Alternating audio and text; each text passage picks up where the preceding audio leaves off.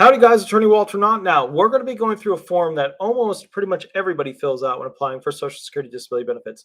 Kids don't, under 18 or, basically kid claims or potentially even 22 under yet. But the rules for, listing level is 18 plus. But point is this, kids don't fill it out, but pretty much all adults do. For SSI claims, SSDI claims, 3373, function report adult. This form comes from DDS, Disability Determination Services, or disability adjudication services, depending on what state you're in. And the bottom line of it is to figure out what your functional abilities are in your daily activities, both in the work setting and in the home setting. So it's all about work, all about home, okay? What you can or cannot do. Let's go through it real quick. Here we go. This is the function report. It usually looks like this. You probably have it sitting in front of you at this point. Looks just like this. We're going to go and skip past the easy stuff. You fill in your name, you fill in your social, you fill in the basic contact information. We're going to start with the good question right here. Question number 5. How do your illnesses, injuries, or conditions, just squish that down to disabling impairments? That's it, right? Limit your ability to work. They're limiting your ability to work. They're not asking about home. They're not asking about, what you do around your house. They're asking about work, limiting your ability to work. When they say limiting, right, what are the limiting factors? What does that mean? What are the things that limit your ability to work? They're looking for specific stuff. For examples, they're looking for, here, I'll find you some classic ones.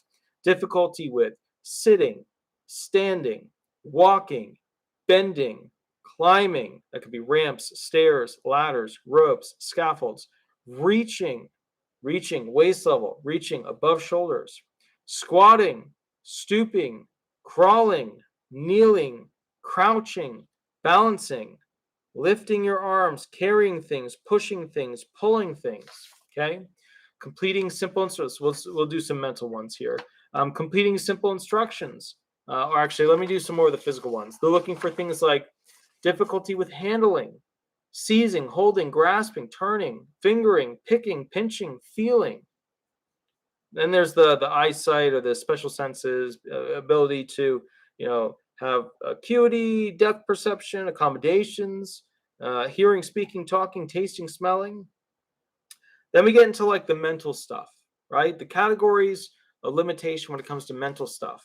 Do these mental things limit your ability to do work? Do your impairments have the result of these things which limit your ability to work? Let's go through real quick.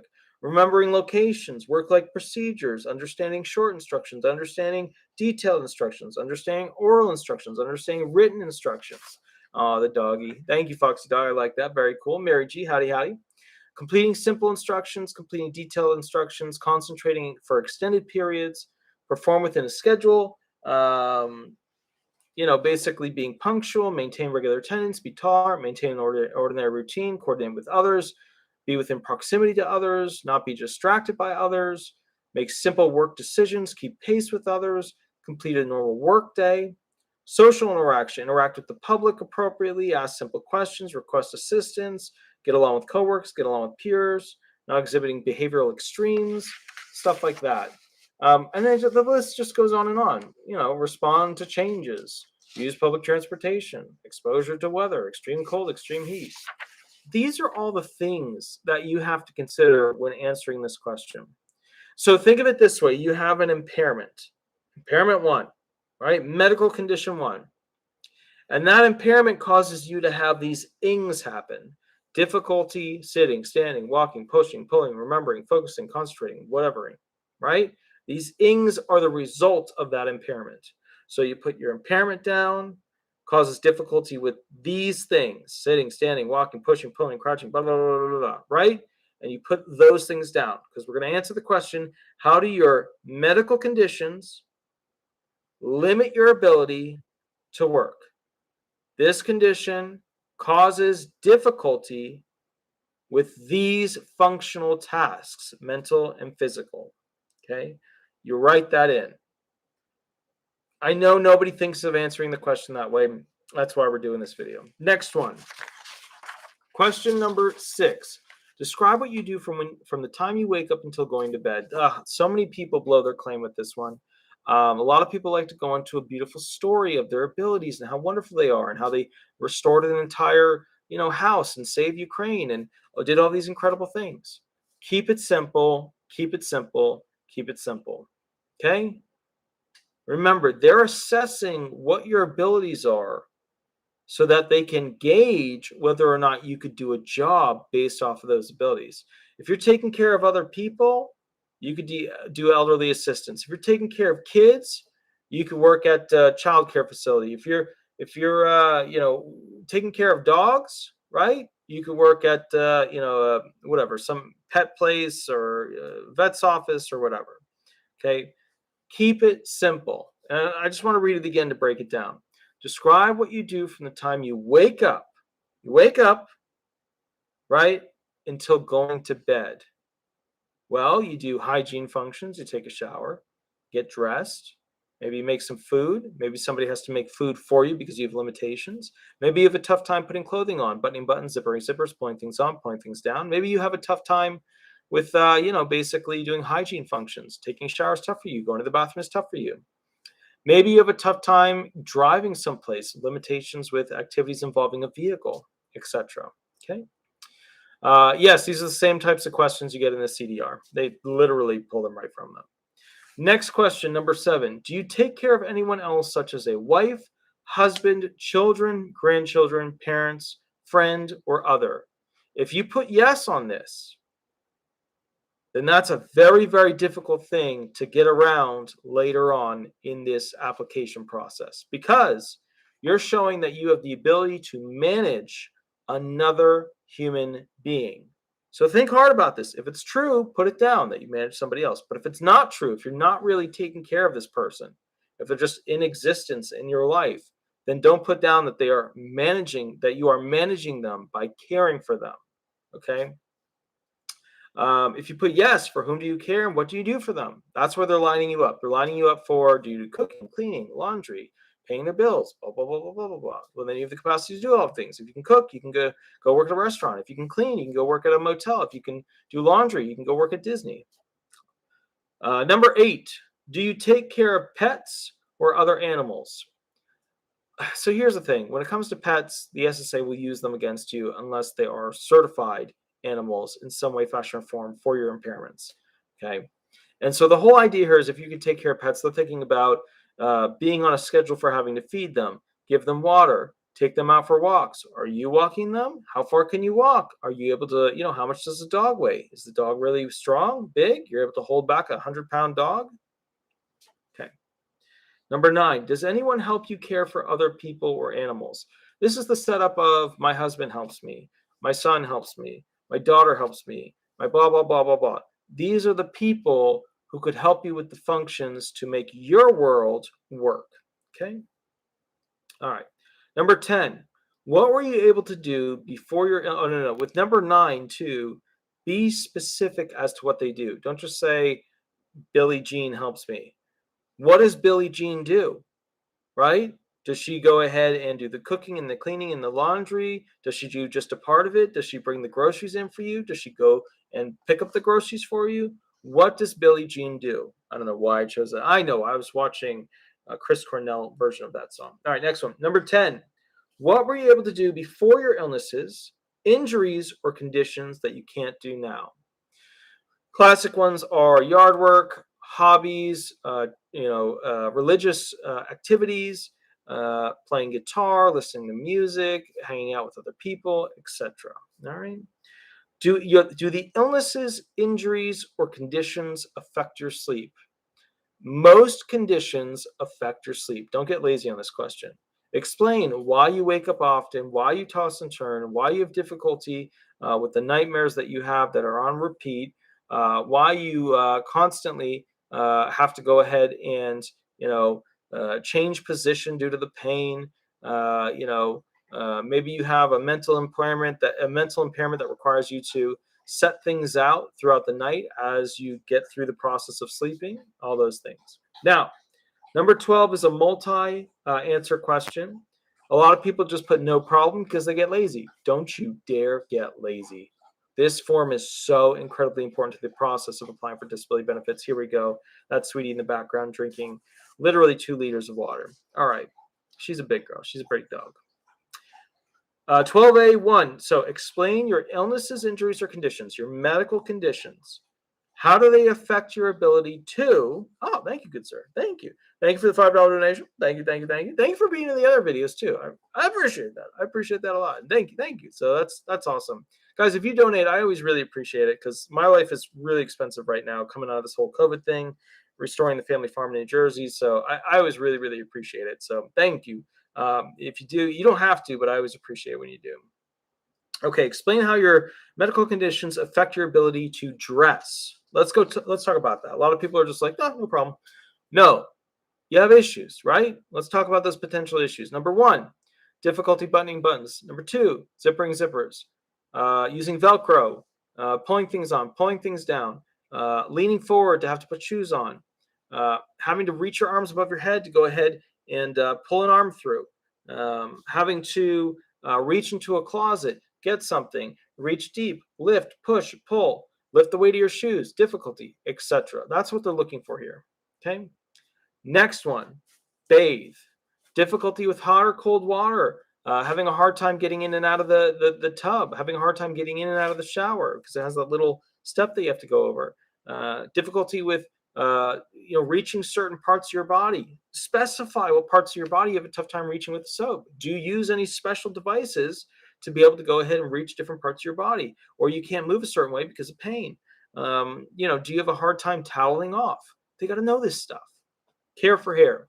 This is all about reaching up high and fine manipulative detail with your hand / gross manipulative detail with your hand to go ahead and have handling of some sort of comb or some sort of razor or shaver or whatever. The whole point here is, do you have the capacity to get your arms above your head? Do you have the capacity to go ahead and clean up your hair, do maneuvers that are specific, tight little cuts around the head, make it really nice, fresh haircut? Do you have that ability to care for your hair when you're in the shower? Do you have the ability to use, shampoo, conditioner? Do you even care for your hair? Are you depressed? Do you just not care anymore? You just let it grow out? Those are the things they're looking for. Shave.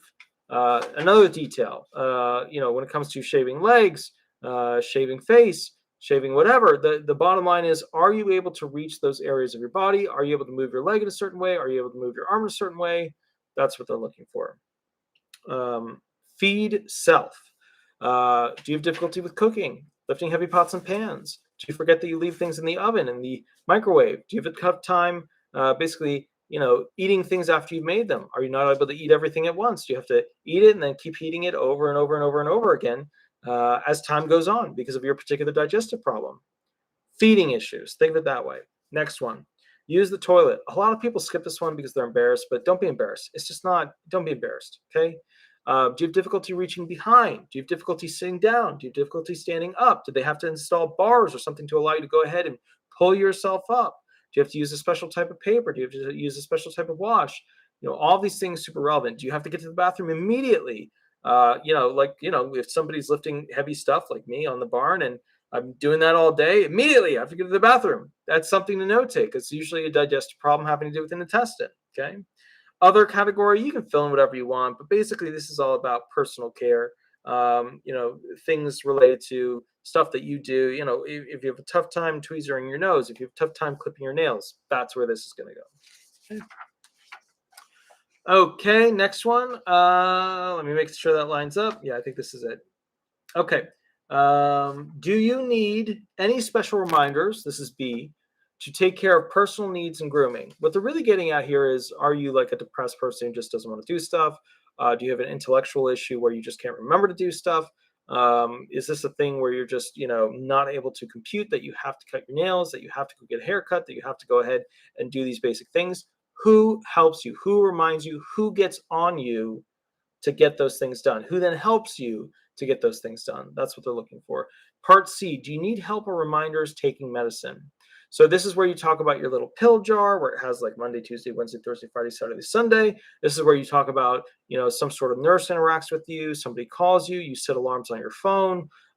You basically have to split your pills a certain way and you set them all up ahead of time. This is where you talk about the way in which you utilize your medication in an appropriate manner consistently. Now, if you put down that you don't need help or reminders, then basically you are just, doing a great job remembering everything that you need to do. But for people that have 5+ medications, that's obviously very difficult. So remember, you're competing against people who were wounded in a war, who have 20 medications, and they're going to put down all that stuff. What are you going to put down? 13, meals, 13A.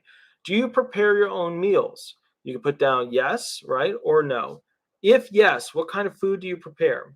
For example, sandwiches, frozen dinners, or complete meals with several courses.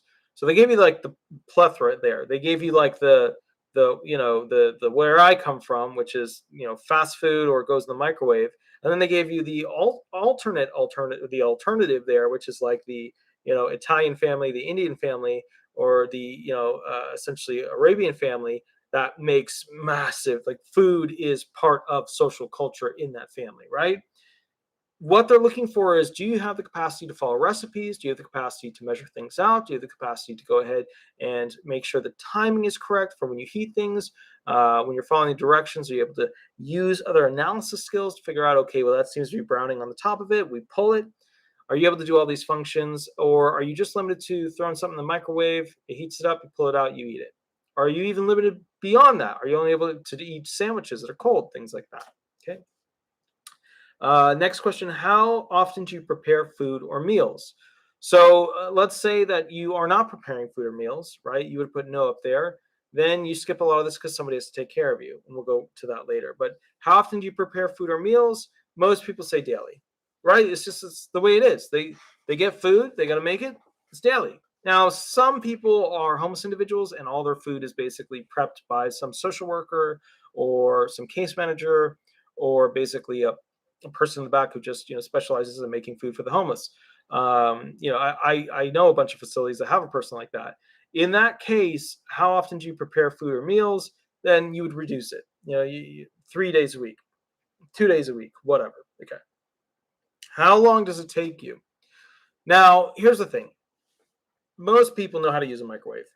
I recently learned a function on the microwave, although I will say this, which is that they have different power settings which help you to decrease, when you're using all these frozen foods, the overcooked, overbaked kind of whatever part of it, where you can just do to the slower level, a lower level at a slower time and get a much better result.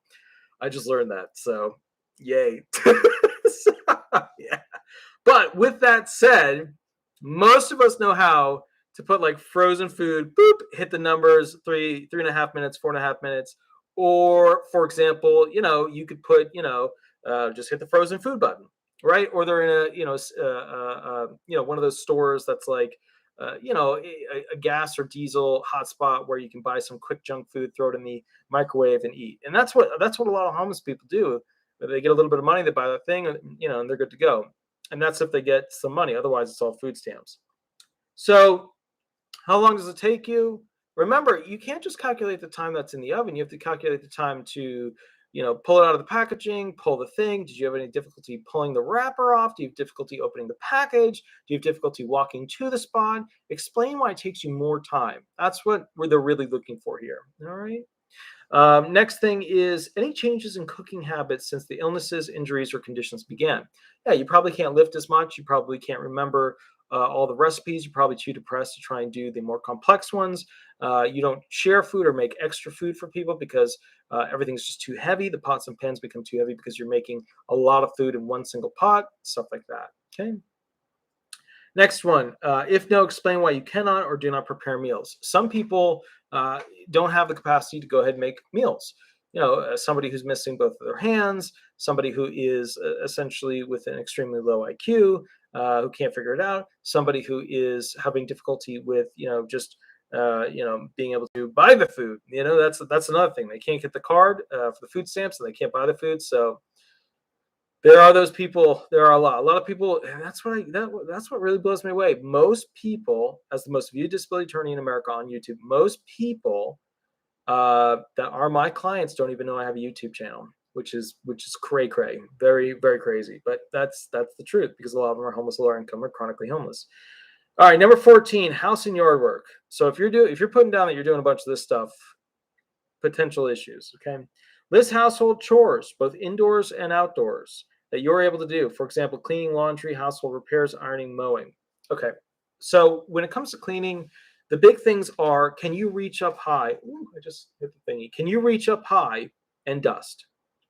Can you roll carpets to clean under, around, etc.? Can you move furniture to clean under, around, whatever? Okay. Are you able to push a vacuum backwards and forwards? Are you able to do laundry? How heavy is the soap that you use? Do you use the big thing? Do you use the small thing because you can't lift the big thing? Are you able to lift all your clothing out? Are you able to put all your clothing in? What about when it's wet and you have to move from the washer to the dryer? Cleaning. No, we did cleaning. Household repairs. Are you able to swing a hammer? Are you able to go ahead and, use a screwdriver? Are you able to go ahead and climb up on the roof? Are you able to do molding? What are your abilities? Because you could do a job version of that. Ironing. Ironing is a tricky one, but it's also one that tells you a lot about the environmental restrictions. You can be around hot items. You can be trusted around machinery. You can be trusted around things that are hot or potentially dangerous. You're able to basically do multiple angles, multiple arm movements. You're able to lift something that's quite heavy because most of these things now have water in them for the steaming function. Mowing. Okay, what kind of mower do you use? Push behind? Sit on? Zero turn? What kind of mowing are you doing? What's your capacity there? Are you hedging, trimming, weed whacking? What are you doing? How much are you lifting? How long are you out there? All good questions. See how that, you know what I mean? How it kind of works? All right, let's go to the next one.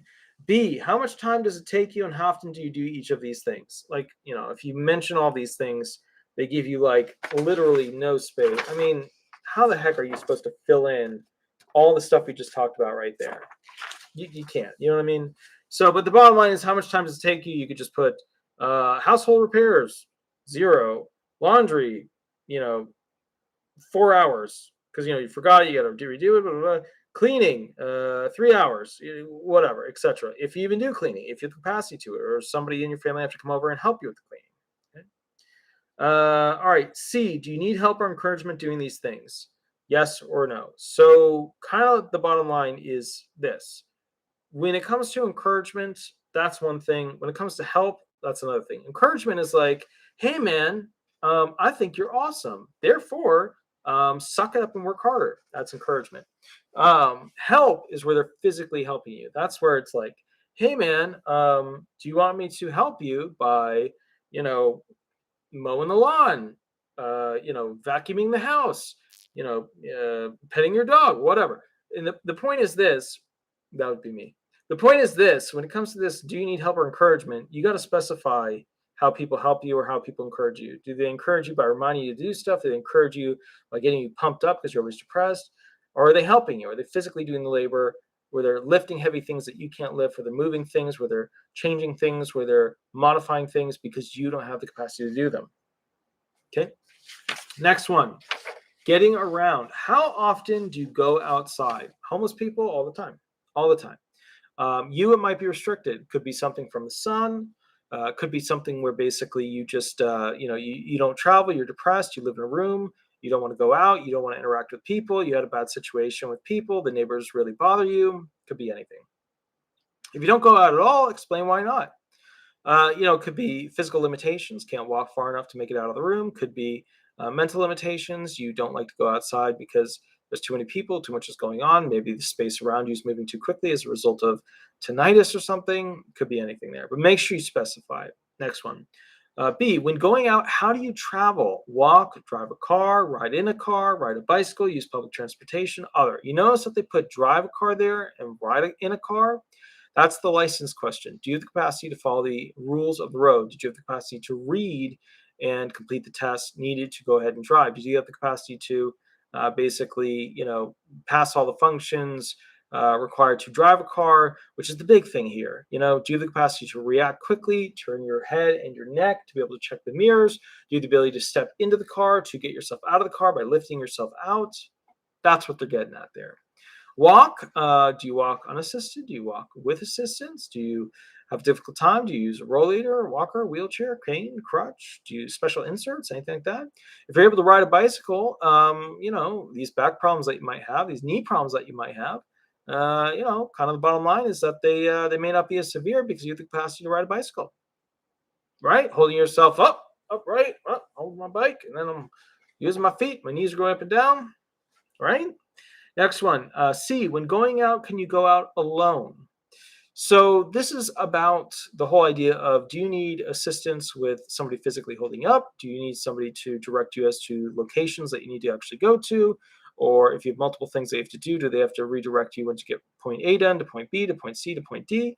When going out alone, you know, when going out, can you go out alone? The whole point of that is, are you capable of going to a job by yourself, right?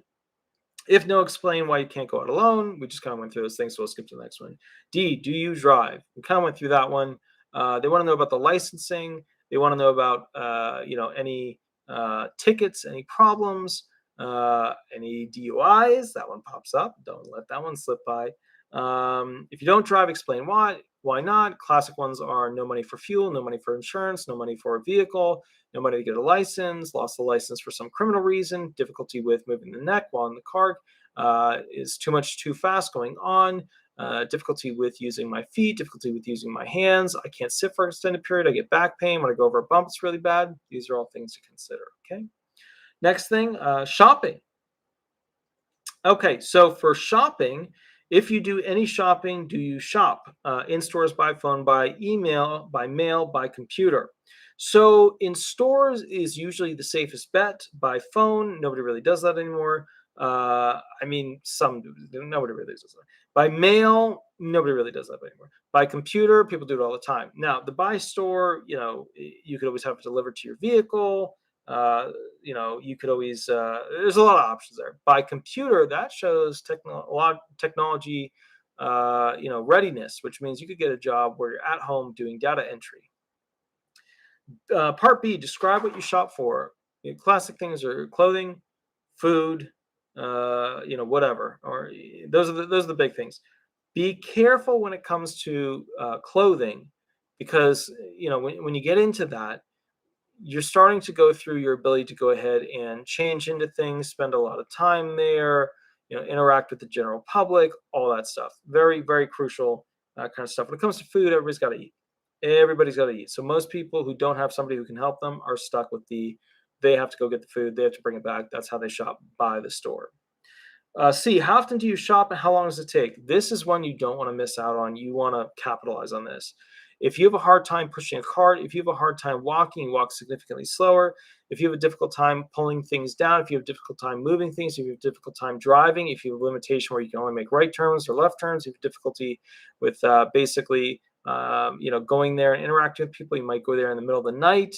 All those kinds of things, very relevant to explain to how often do you shop and how long does it take? Okay.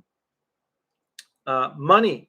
Are you able to pay bills, count change, handle a savings account, use a checkbook, money orders? One thing I would ask a lot of the homeless when I would fill this out with them is, what's 12 plus 15? What's 11 minus 8? If they could do those, they could count change. Whether or not they can handle a savings account, whether or not they can handle a checkbook or a money order, who knows? Who knows those things? Everybody always says they can handle them so that they don't get a payee. That's the game that's played there. Okay. How's your ability to handle money changed since the illnesses, injuries, or conditions began? A lot of people might have hand limitations, difficulty remembering what they've already spent, what they have left, etc. So that's kind of that answer there. If you just explain how the ability to handle money has changed. So, it might be a gig where, you basically are unable to go ahead and write things because you have an eyesight problem. You might have hand limitations, so you can't write them out. You can't keep track of things, etc. All kinds of things that make sense here. All right, let's get out of this question. Go to over here. Hobbies and interests. What are your hobbies and interests? Now, this one, it bites people, a lot of people in the butt, which is one of those gigs where basically you just have to be careful with this. Hobbies, so they put down as examples, reading, watching TV, sewing, playing sports. Now, playing sports, if you have a mental impairment, obviously, most sports require you to interact with other individuals. Most sports are not a one-person gig. So, issues there, playing sports with back problem. Sewing, do you have hand issues? TV, watching TV, do you have memory issues with remembering what's going on? Are you able to sit for extended periods? Reading, are you able to go ahead and follow written instruction? Are you able to follow and are you able to stay attention for extended period? Are you ever remember what you read after the book? These are all things that could be used for a job. B, how often, how well do you do these things? Well, you could say that you do them well, but remember, everything that you can do, whether it's reading, watching TV, sewing, playing sports, could be put and made into a job that you could potentially do in the national economy. So just be careful with that. Explain how your limitations limit your ability to do these potential hobbies. And if you don't have a hobby, just put down no hobbies, too impaired, can't do it, etc. Part C, describe any changes in these activities since the illness and injuries or conditions began. That's just the timeline gig. You used to do them, you can't do them now because of this impairment and that impairment, and those impairments to allow for walking, sitting, standing, crouching, stooping, kneeling, etc. Remembering, focusing, following instructions, following oral instructions, following written instructions, etc. Okay. Next one, social activities. How do you spend time with others? Be careful with this one. I like to think of it as categories when I think of this as bosses, coworkers, friends, family, or the general public. Those are kind of the people I think of when I look at this. How do you spend time with others in person, on the phone, email, texting, mail? Now remember, mail, texting, email all require a higher level of mental capacity because you're writing something, right? And potentially reading something as well. On the phone just requires you to be able to talk. In person just requires you to be able to talk. So those are lower standards. Do you actually spend time with people? Do you not spend time with people? Okay. And they even have here video chat, for example, Skype and FaceTime. They added that recently in the newest version. They didn't used to have that. So video chat, so yes, and then they have other as an option too. But just be careful with this. Oh, sweetie. I guess she's over there growling because she wants more food, even though she's had 3 dinners. So video chat, social, how do you spend time with others? Be careful with this too, because if you're constantly spending time with others, you could do some sort of job where you're babysitting, elderly watching, etc. Okay. Part B, describe the kinds of things you do with others. Are they hobbies? Are you watching them? Are you watching kids? Are you watching TV together? Are you talking about the show together? What does that show your abilities are when it comes to how your limitations are with your impairments versus what you could potentially do in a job format? Okay. List the places you go. And then the next question is, how often do you do these things? I'll let you answer that. Part C, list the places you go on a regular basis. For example, church, community centers, sports events, social groups, etc. When it comes to church, a lot of people have difficult time sitting or interacting or clapping for extended time. Community centers, there's usually sports or some sort of community interaction thing. Same gig with sitting, paying attention. Difficulty with that, even just getting into the building if you have a walking problem. Sporting events, remember, a lot of those have those seats, the risers that go up. So being able to explain why you have difficult time doing those, could be able to do them nowadays. And then social groups, that's all about, are you in a reading club? Any social group that you create and talk about that you really enjoy, there's the potential that they could integrate that into a job that you could do in the national economy from that social group, whatever the social group is about. All right, next one. Do you need to be reminded to go places? Do you need someone to accompany you? We've already kind of, covered that for these types of social activities. Do you have any problems getting along with family, friends, neighbors, or others? I always think of that as bosses and coworkers. If yes, how? So think about this as like you are aggressive, you have a mood disorder, you are bipolar, you get into fights easily, you don't know how to take them, they're not nice to you. You have a difficult time processing what they said. You don't hear every word that's being stated to you, things like that. Okay. Next one. Do you have any problems getting along with family friends? Oh, no, next one. Describe, and this is E, describe any changes in social activities since the illnesses, injuries, or conditions began. This is kind of like an open-ended question. They don't really give you anywhere or much to write in information about it. They literally give you a single line right at the bottom here. That's your whole thing. Massive open-ended question. Describe any changes in social activities since the illnesses, injuries, or conditions began. They're looking for the same thing. Remember how over here they give you this? They give you the whole bottom of the page here to do the whole work part of that. Like, how do your work activities, how are they limited? Right? They give you like 1, 2, 3, 4, 5, 6. They give you 6 lines. Well, now for the social stuff, you get 1 line. And what it is basically the same kind of gig. You have these impairments. They cause these ing limitations: walking, standing, pushing, pulling, being functional, punctual, being tolerant, maintaining an orderly routine, being capable of being within proximity to others, keeping pace with others, making simple work decisions, not being distracted by others. All of these little things kind of dictate essentially how your impairments limit your social functioning. So you have your impairments and these ings that limit your social functioning. That's what they're looking for there. Next one over here. 20, check any of the following items that your illnesses, injuries, or conditions affect. Most people check most of them. I'll just go through them real quick. Lifting, squatting, bending, standing, reaching, walking, sitting, kneeling, talking, hearing, stair climbing, seeing, memory, completing tasks, concentrating, understanding, following instructions, using hands, or getting along with others. They're the ings again. We're right back to the ings. How do your impairments have limitations? The ings, standing, walking, pushing, pulling, crouching, the ings. They want to know about the ings. How do these ings limit you? Do any of them? Check them off. Please explain how your illnesses, injuries, or conditions affect each of the items you checked. Bottom line is you never have enough space. They give you 3 lines, and even then it's like a joke. Okay, you do the best you can. Let me read it again. Please explain how your illnesses, injuries, or conditions affect each of the items you checked. Example, you can only lift how many pounds, or you can only walk so far.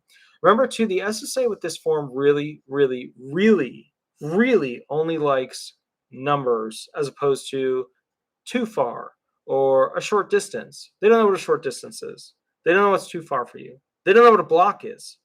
If you're not sure how to measure something in feet or yards or meters or whatever, use the car length system for things that are farther distances. So I have difficulty with walking because I can only walk 3 car lengths. Okay.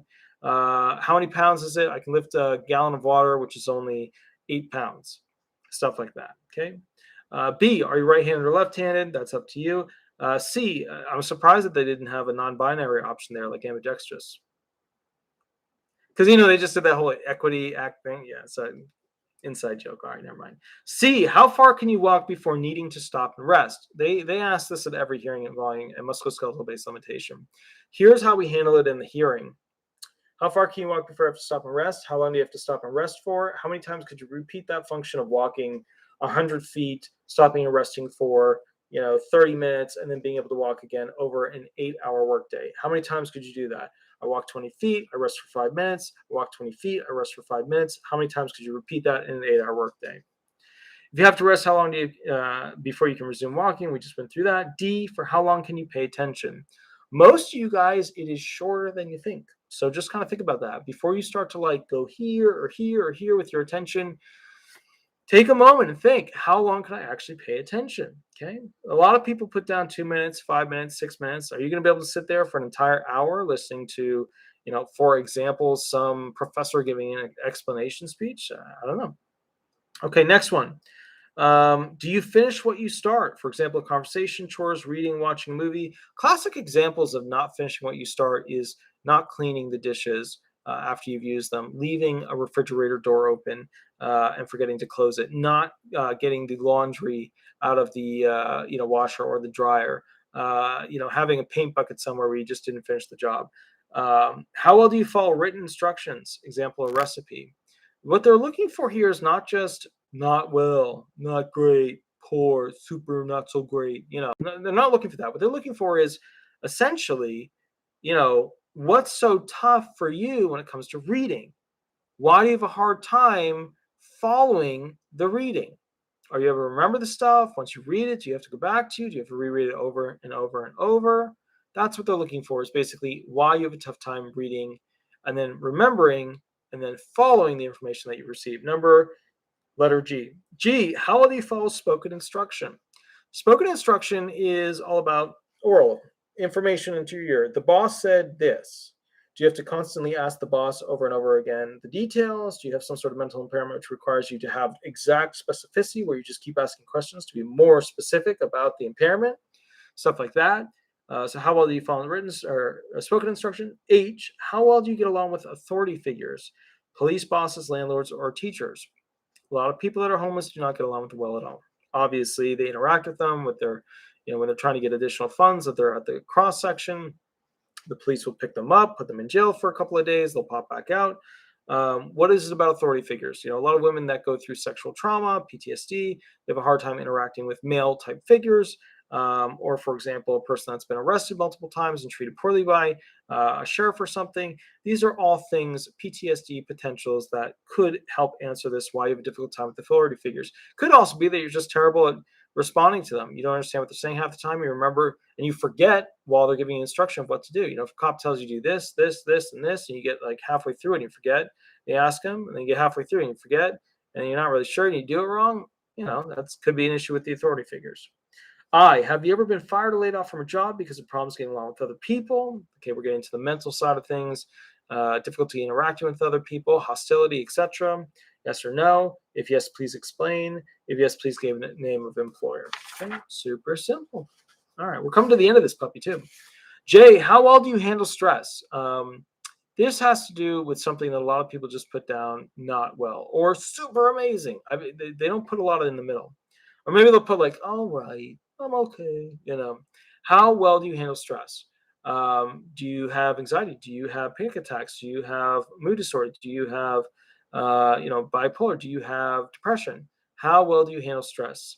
You want to give a little notation there as to why stress is particularly bad for you. I'm homeless and any stress is bad stress, or I have really bad anxiety and it comes up really quickly with the sign of any stress. Those are the things they want to know about. Next thing, K, how well do you handle changes in routine? Okay, so for changes in routine, what this comes down to is, putting it very simply, you have a routine. If it changes, are you going to structurally have a more difficult time functioning?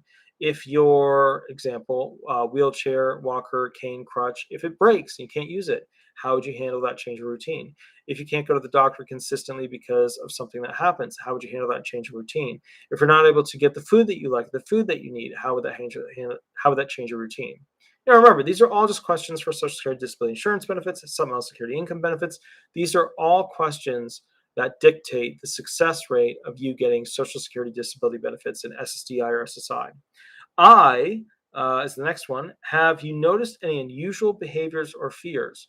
A lot of people have a fear of dying, a fear of wasting their life away, a fear of not being able to do the things they wanted to do, a fear of not being able to have enough money. Those are kind of the classics.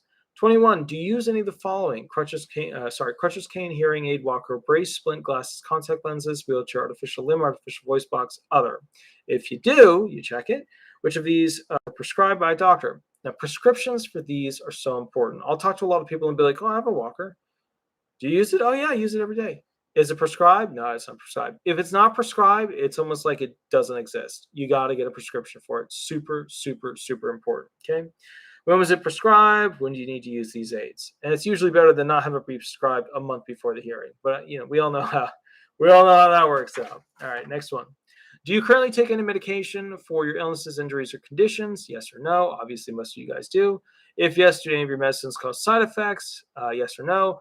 So here's the thing. I know a lot of you don't really know what side effects you get from your medications. What I always tell people is to Google the medication and put side effects in there, and then look at all the side effects. See which ones apply to you, whether you experience them or not. Okay, that's kind of the bottom line. Section E remarks, you want to put in there, I have good and bad days. And then you put in the name of the person completing the form, usually the claimant, address, city, date, email address. Okay, that is how to approach completing the 3373, which you will always get from DDS when applying for Social Security disability benefits or supplemental security income benefits under the Social Security Administration. Those are your two disability programs. Guys, I'm going to go ahead and end the video here at this point because I'm so tired. It is 1:26 a.m. I will catch you a little bit later. I have to wake up early too. And I have to do, still tonight, I have to go to the USPS on the island. So I'll catch you a little bit later. Have a wonderful day. We'll go from there. Thanks so much, guys. Bye-bye.